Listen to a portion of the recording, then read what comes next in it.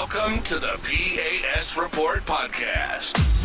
If you're tired of censorship, outraged by government abuses, and thirsty for real insights, then you're in the right place. Get ready, because here, the fight for freedom never ends. Here's your host, Professor Nick Giordano.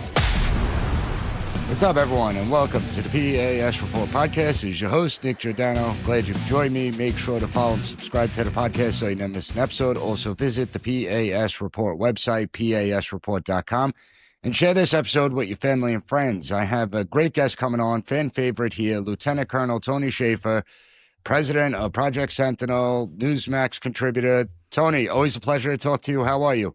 Yeah, I'm doing well, Nick. Thanks for having me. I always enjoy our conversation, so it's good to be here. Well, there's so much going on out there. You know, obviously, there's been a lot of shifts since the Biden years, that's for sure. And we see the fragile ceasefire between Israel and Hamas. They've had some little skirmishes, flare-ups. But do you think it's going to hold? Do you think it'll last? It depends on what President Trump does next. The one thing that I would have thought they would have already done, which I would have insisted on, is getting the Arab coalition ready to go. The 8 nations plus Turkey that signed up to be essentially the governance. You and I both know, we've had this conversation, Nick, ungoverned space is a magnet for terrorist organizations. Well, Hamas is a terrorist organization, and they're already trying to re-insinuate themselves. So I think that flash to bang, like, hey, we got the peace treaty, those guys should have been sitting in Egypt ready to roll in. And so what worries me now is like, okay, now that like last night they were saying, well, maybe we should have a bifurcated Gaza Strip where the Israelis control part is like, no, we got to get back to message. Hamas cannot be included in any future governance. They are a terrorist organization. They've shown that. They cannot be rewarded for any of their bad behavior, period. I think the Arab coalitions are willing to take that on as long as we back them up. So President Trump has to, I think, get back on message. I don't know who's advising him. I think I have ideas, but I think that the message has to be Hamas will comply with what the agreement says, which they will disarm, or we will have to return to military force. That's it. It has to be that simple.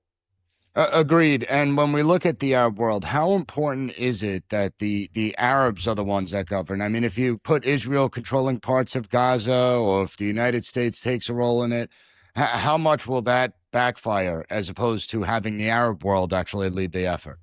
Anywhere we go, we become the target. Syria, Iraq, Afghanistan, after a certain point, if you linger there and become essentially entwined in local politics, you become the target. There's a great movie about Algiers and the French getting their butt kicked. When the Algerian Revolution, after a certain point, the French just became targets, even though they were trying to help Algiers become a stable, democracy. Well, we don't need that. The Arab coalitions are, it's in the name, they're Arabs. So they need to go in there and work with Hamas, who is essentially a Sunni terrorist organization that's been supported by Iran, which are Shia, but we don't have enough time to go into why that they've been doing that. But they've got to actually do that. And it's Egypt and Jordan especially, since they are there the closest. So, and Turkey's volunteered to go, just do it. And I think that's what needs to be done. Will there be some bloodshed? Yeah, I don't think Hamas is going to be willing to do this. I think you're going to have to go in, but we can't be the military force. Arguably, the Israelis don't want to be, even though they would be. I think we have to leave it to the Arabs to come in and disarm Hamas and do it in a way that reestablishes governance within Gaza. So that's what my belief is.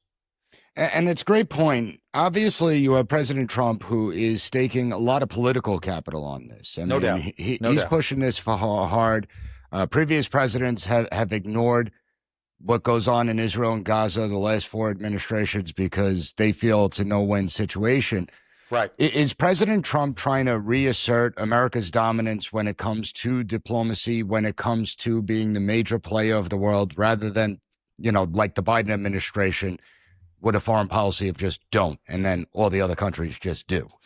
Yeah, I think his policy is to lead with diplomacy and economic benefit and use military force if necessary. That's what he did the first go-around. He was dissuaded by some from using, I think, appropriate military force during that time. He's back now doing more of what I think he should have always done. We're going to talk about the issue probably with the drug cartels here in a bit, maybe. But I think he's doing some things which should have been done the first go around. He's just doing them this time. And regarding the Middle East, the Palestinian issue, Nick, has been used by the Arab states as a permanent distraction from getting to a peace with Israel. It's like always been, well, we need to settle Hamas first. We have to settle this first. Trump abandoned that during the first term, said, let's just figure out how to get folks talking together, and created the Abraham Accords. So I think that predicate, the Abraham Accords, is going to be what actually brings the Middle East together. I think that will happen.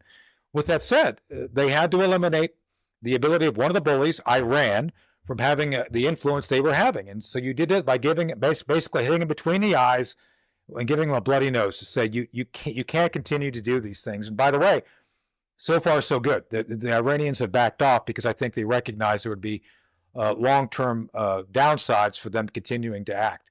Not to say they won't come back, but I think that's what he's trying to do. But you cannot be afraid to use military force when appropriate. At the same time, you don't want to go around using military force arbitrarily without an in-state objective in mind when you use it. Well, I mean, Tony, you've spent a lot of time in the Middle East, so you know the area extremely well. More importantly, you know the people and culture in these areas. And we have seen a transformation over the last few years where, if you go back 30 years ago, Saudi Arabia was paying the families of suicide bombers. They were advocating for Israel to be eliminated. And this transformation, in your eyes, from what you see, how much has the Middle East transformed? And what do you think is the reasoning behind it? Well, I mean, one of the things is obvious. We've been training their militaries, Nick, for the past 40 years. We started, instead of saying, hitting Israel is bad, it's like, okay, fair enough. We're not going to change your attitude instantly, but let's start working together. One of the first things that brought the Arab coalitions together with us was the first Gulf War, where we had literally Syrian units working with Jordanian units, with all of us. And so we have continued to invest. President al-Sisi, one of the biggest contributors to bringing the Israelis and the Arabs together, Army War College graduate. He was Colonel al-Sisi. I've talked to folks who went to school with him. During the first Trump go-around, as a matter of fact, Nick, as he had the campaign advisor, I wanted to give al-Sisi they basically have a notable alumni award. We wanted to give it to him. And guess what? The neocons stopped us. Oh, surprise, surprise. But I know it's a long story, too long to get into this time. But my point being is that we've made investments in their leadership. Al-Sisi being the most perfect example. Prince Bandar of Saudi Arabia. Is a fully trained aviator who spent a lot of time here. So I think that investment in diplomacy and military training is paying off now, all these years later. The modernization effort they're on, because let's face it, I mean, if we go back 20 years ago and Israel, Gaza raging at war, there would have been protests all over the streets, embassies being attacked. We're not seeing any of that. Do you think that the modernization programs that they're running is bringing the Middle East into a new era? Oh, I do. Absolutely. I mean, just look at the leadership, what they're doing. The new prince, is Saud in Saudi Arabia. Mohammed bin Salman. Mohammed bin Salman. There's literally a new group of leaders who don't see the West as their enemy. They've learned to trade with the West. They've learned that, hey, maybe working with Israel is not a bad thing. Maybe the Shia, the Iranians, are the bad guys. Just saying. So I think there's been some real paradigm shifts, which I think are going to stick. And again, I think the Abraham Accords is going to be that thing that transforms it permanently into something that's usable and viable as a peaceful coexistence with the Israelis. Well, we need to take a quick commercial break, but when we get back, I want to talk to you and move to Europe and see what's going on the European continent. Everyone, hang tight. We'll be right back.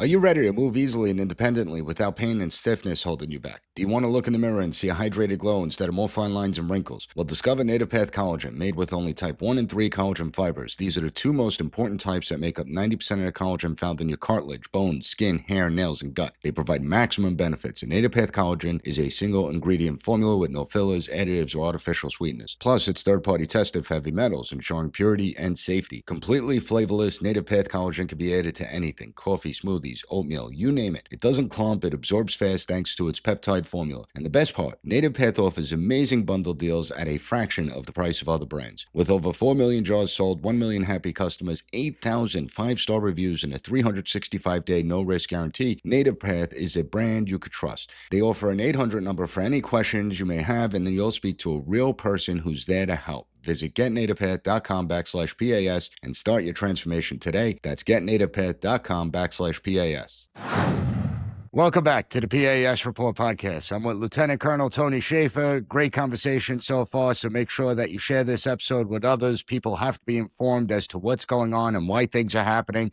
And so, Lieutenant Colonel, obviously, the situation with Russia has changed. I mean, President Trump has done about an 180-degree turn on Russia and Ukraine, given the Alaska meeting where Putin spoke nice, and then afterwards nothing really transpired. Do you think President Trump has had it with Putin? No. The framework that we have to focus on, Nick, goes well beyond Ukraine. I've felt, and I've said on your show, that was a civil war we should have never gotten in the middle of. And I do believe that President Trump is correct when he says, if it wasn't for Joe Biden, we wouldn't have the war. We could go through all that, and I think we've talked about in the past, so I won't bring it up again. We are talking about essentially establishing a framework of understanding and workability between the two largest nuclear-armed nations on the planet. We have to always understand that simply because the Cold War is over, the weapons haven't gone away. President Putin offered, and President Trump said he was open to it, an extension of the START Treaty, which essentially limits both sides to a certain number of warheads. The Russians still have more than us. I don't think we should ever go back to the situation of the early 1960s where we're in this arms race trying to get ahead. So I think we need to look at that as the priority. Regarding the issue of Iran, of Ukraine, the wonder weapon craze of let's just give them M1s, let's just give them F-16s, and that'll do it. It's got to stop.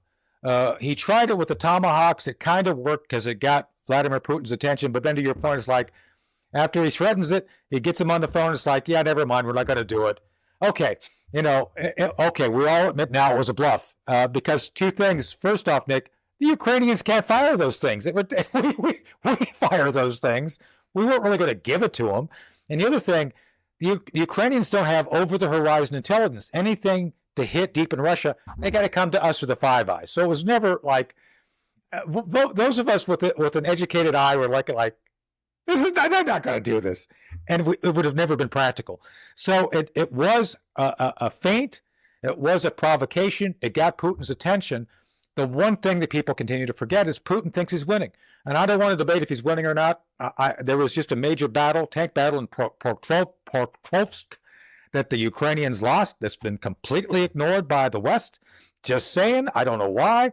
But the Russians, while they've taken and sustained huge casualties, don't care. For those who don't understand the Russian way of war, go back and look at Kursk. Look at the battles that led to the Russians walking back to Berlin during World War II, and look at the numbers of casualties. They got the nickname the meat grinder for a reason. Just saying. So, they're losing all these men. Yeah, and so I honestly don't know. Again, I think I do know who's advising President Trump on this, but he's getting horrible advice.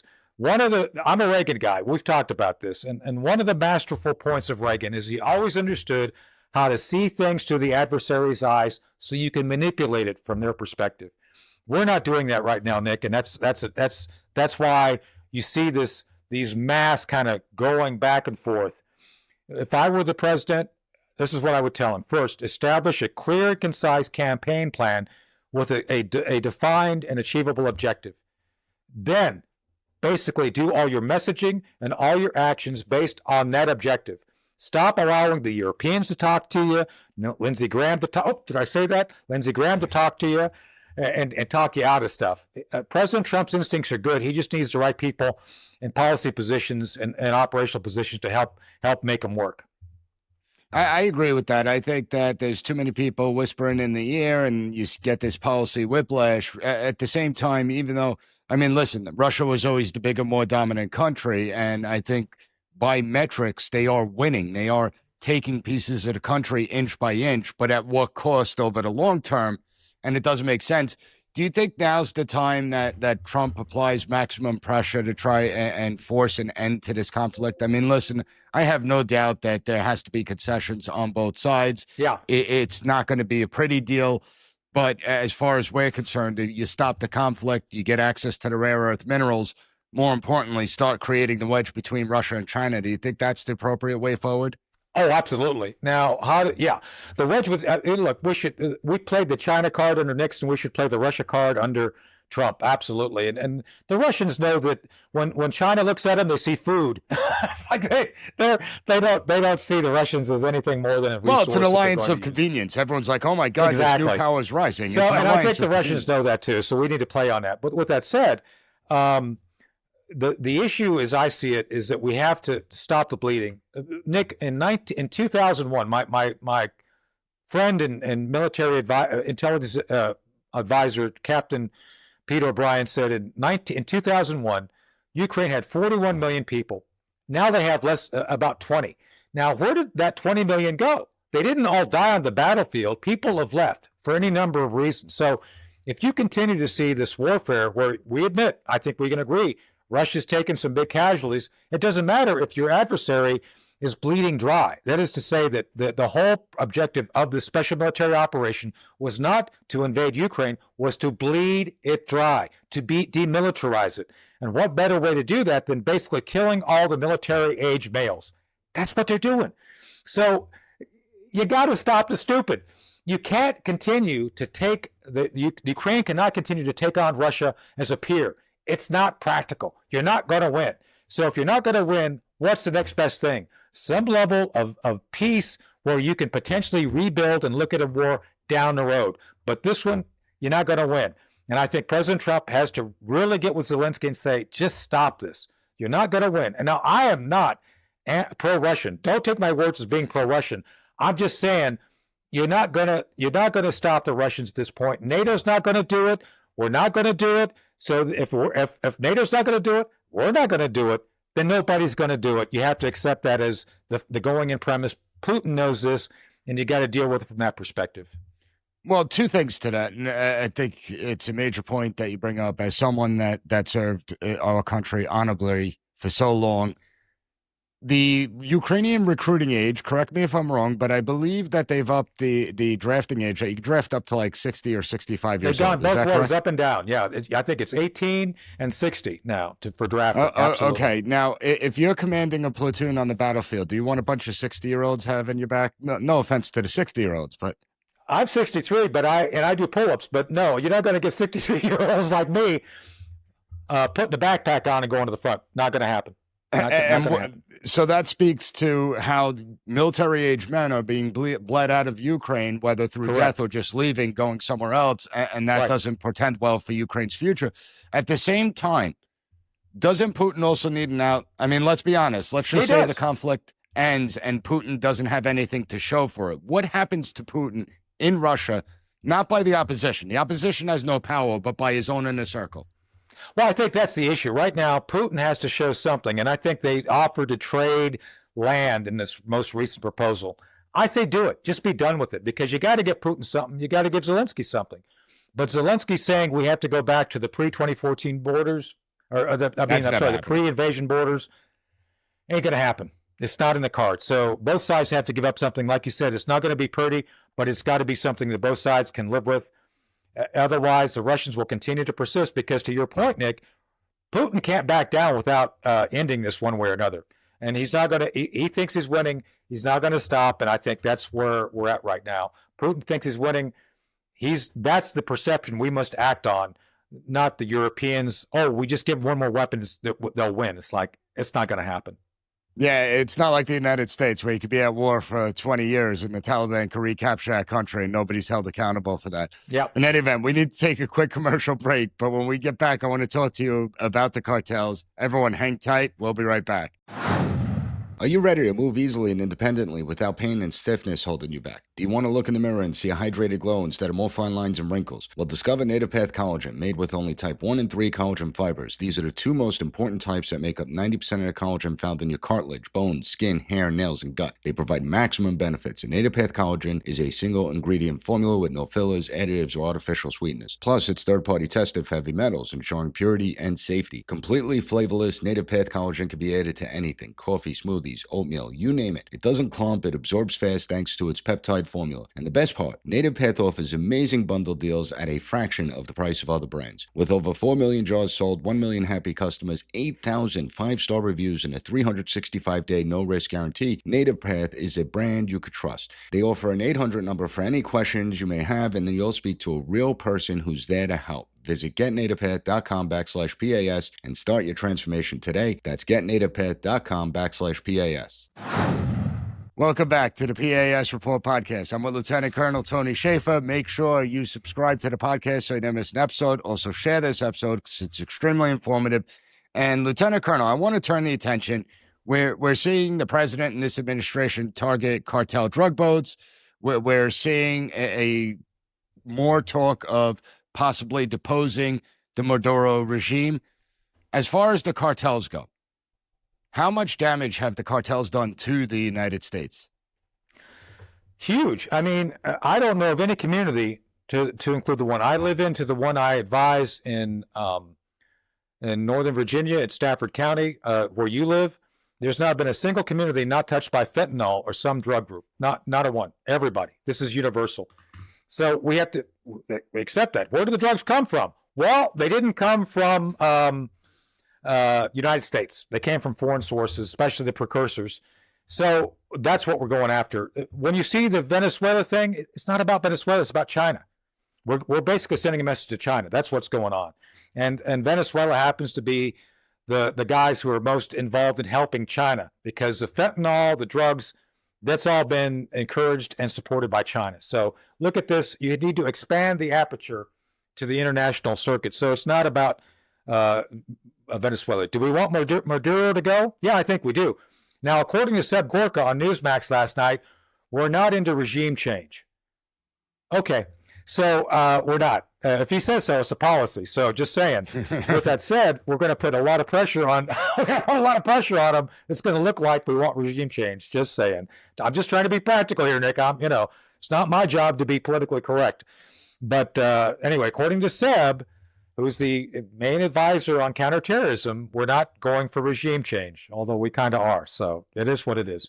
It's one of those mealy-mouthed, wishy-washy, and it's obviously a lot of ways it could go sideways. We've seen regime change in the past that didn't work out too well. There's also Congress. Like, you can't sit there and argue that the president has the authority to do this under the 2001 war on terror. I mean, let's be honest. They've been using that one a little too long under several administrations. They have, but the curious thing is, as much as I hear Rand Paul complain and the Democrats complain, Nick, we've had the authority to do what we're doing since the 90s. The military got guidance in 1992 to start looking at how we could into our participation directly in the drug war. I know because I was one of the guys down there at JADF East, Joint Interagency Task Force East in Key West. By the way, go to Key West. It's now controlled by conservatives. They actually are using ICE down in Key West. Go. It's a great place. But I was at the Truman Annex. Now it's JADF, Joint Interagency Task Force South. It's still there. And it was focused on how we, DOD, could do active measures to go after drug cartels. So all the stuff you're seeing now, we've been authorized to do for 30 years. It's not new.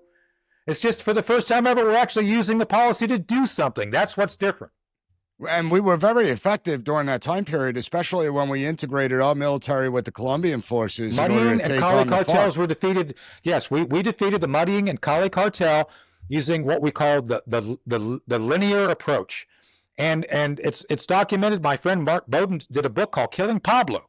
It's very well documented. So, and then my other book, The Last Line, Nick, we wrote about this 10 years ago, saying it was going to come to this. This is from 2013. Well, yeah, 2013. Anyway, we knew this was coming. So it's not like those of us who were informed didn't see that we would have to come to this point to go after these drug cartels to do something. So I'm not fazed by it at all. Now, with that being said, I mean, these cartels do have resources. They do have capabilities. They are powerful. Oh, yeah. Do you think that the American people understand what may happen here in the United States? I mean, the cartels do exist in the United States. They do play a role, and they're brutal in their own countries.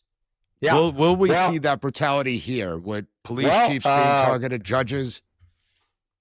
We said so they would in the book. Yes, we think that. Yes, we think that they're going to do more here. It's inevitable. I hope the American people do understand that to essentially cut the cancer out, that cancer may fight back.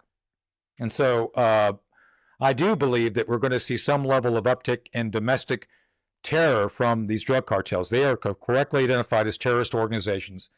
And I think we're going to see some of that come sooner than later, probably by early next year at the rate. Because right now they think, they're going to get tired. The Americans always get tired. They go away. I don't think we're going to get tired. You don't think they're starting to realize there's a new sheriff in town? That this isn't the Biden administration wide open borders? That's what I'm saying. Next year, Nick, I think they're going to figure out they can't just sit back and think that this is going to pass. So yeah. And how should we approach Mexico? Because let's be honest. I mean, obviously you have the Venezuelan gang. You have a lot of drugs coming in from Venezuela, but the Mexican cartels are really, as far as drugs and human trafficking goes, they're some of the biggest. How do we do that? Yeah, last time I was in the show, I think I mentioned that the border was under control, just not our control. It was under the control of the cartels, and that's largely changing now by the fact that we have an administration who's saying, no, we're going to take it back. So we have had plans on the books, Nick, to do things since Pershing was a general. Just saying. Pershing did go into Mexico. So I don't want to get into a lot of detail I can't talk about, but I'm pretty sure there's a campaign plan that establishes concepts and operations that would see us doing incursions into Mexico militarily. There's a movie about this, right? Sirocco or something like that. With Josh Brolin. I remember the one you're talking about. Yeah. So just saying that all may not be fiction much longer. Just saying. So. Obviously, the Mexican government for decades has said, we can handle it ourselves. We don't need your help, United States. Do you think that they're going to change posture with Trump as president of the United States? Do you think this is something we're going to have to do ourselves? No, they have to live with the cartels, so they're not going to change their policy. I believe the Mexican government is a wholly owned subsidiary of the cartels. All cartels invest in maintaining the government. The government looks the other way. That's why they have problems in prisons. You arrest one of these guys, he ends up like bringing his entire family in to live with them in some palatial estate in the prison. So El Chapo being on the bottom floor of a prison and huge ass tunnel getting out. Meanwhile, we have the supermax prisons where it's like friggin' 20 stories below ground. You ain't escaping. You're not digging holes in there. Yeah. Now, I have to ask, one final question. When we look at the cartels and the power of these cartels, one of the concerning things is the amount of money that they've been able to make, particularly in human trafficking under the Joe Biden border, but also the fact that we know that they have received military training. That's indisputable. We're now getting reports that some have been trained in the Ukrainian military to fight against Russia and then left and have now returned back to the cartels that they're in. What's your thoughts on that? And some say that some of the hot weapons we sent to Ukraine ended up in Mexico. Just saying. So I'm shocked. I'm shocked. Yeah. So the answer is, all the above is correct. I think the intelligence indicates that. With that said, that's another justification for us to look at military options and how we can go about trying to reduce this as a real threat to the homeland. So remember, much of what's going on, Nick, is a refocusing on the homeland. We're getting out of expeditionary operations, which is good. We're rebalancing on a handful of peer threats, China being the most significant. And I think we're trying to actually focus on things which are important to the American people. And I think that's what's going to happen. So, are all these military just to interrupt you for 1 second. So do you think that with South America that we ignored it for far too long, allowing China to get a foothold there? Absolutely. Yeah, this goes back to the 90s. I'll give you a little insight. I was down at Jadif East in Key West working counter drug. And one day, U.S. Customs Service shows up, which is now Border Patrol. and they say, hey, we hear you Army guys are doing clandestine operations, which we were. I was the chief guy at JADF East, and I was coordinating all the other Army clandestine support. That's all I can say. And this customs guy says, well, we would like you to help us. Help you do what? Well, Panama is being used as a waypoint for China to ship goods in and then relabel them as made in Panama. Yeah, it's not our job to be the police who look at labels, sorry. But this started in the 90s, and it's been going on and expanding since then. So yeah, basically, for those who have not studied the Monroe Doctrine, go back and look at the Monroe Doctrine. You're seeing the revision and 21st century updating of that. That's what we're going to see. So definitely, it's going to be a crazy ride for the next few years. Interested to see where it all goes. Lieutenant Colonel, always a pleasure to have you on. Thank you, sir. Thank you for listening to the P.A.S. Report. Don't forget to rate, share, and hit that subscribe button. That way you'll never miss an episode. For more exclusive content and updates, visit us at PASreport.com and follow Professor Giordano on all social media platforms at P.A.S. Report.